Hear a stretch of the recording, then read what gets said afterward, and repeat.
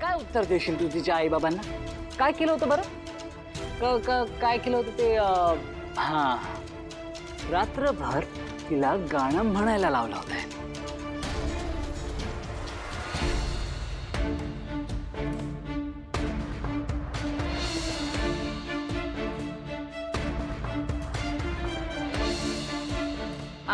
आणि ते तिला हात वर करून गुडघ्यावर बसवलं होतं ते.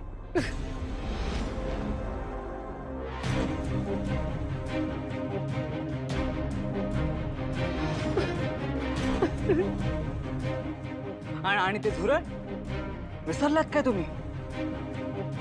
झुरळ दुधात टाकून प्यायला लावलं होतं याने.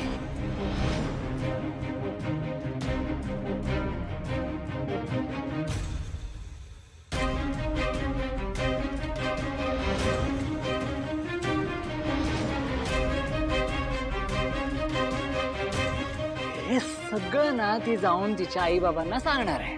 मग काय उत्तर देशील तू? हा? नाही, असं काही होणार नाही. ती कोणाला काही सांगणार नाहीये, मला माहिती आहे ना. ओके, ती परत येणार आहे.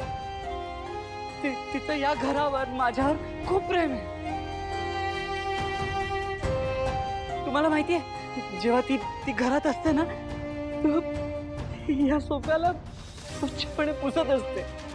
मला आवडतं ते. त्या किचन मध्ये ती माझ्यासाठी मनापासून स्वयंपाक करते. तिथं खूप प्रेम आहे या घरावर. या घराला तिची आणि तिला या घराची खूप सवय झाली. ती या घरातल्या एकेका कोपऱ्यावर खूप प्रेम करते. ती हे सगळं सोडून कुठेच जाणार नाही, कुठे जाऊच शकत नाही ती. एक मिनिट, मीच तिला आता परत घेऊन येतो. मग तुम्हा सगळ्यांना खात्री पटेल.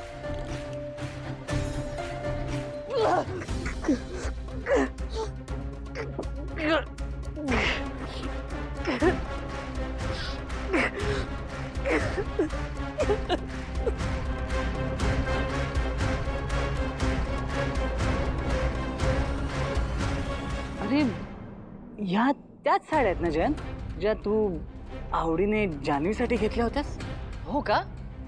आणि त्याच साड्यांचा वापर करून ती पळून गेली आणि तुला असं रडवत ठेवलंय.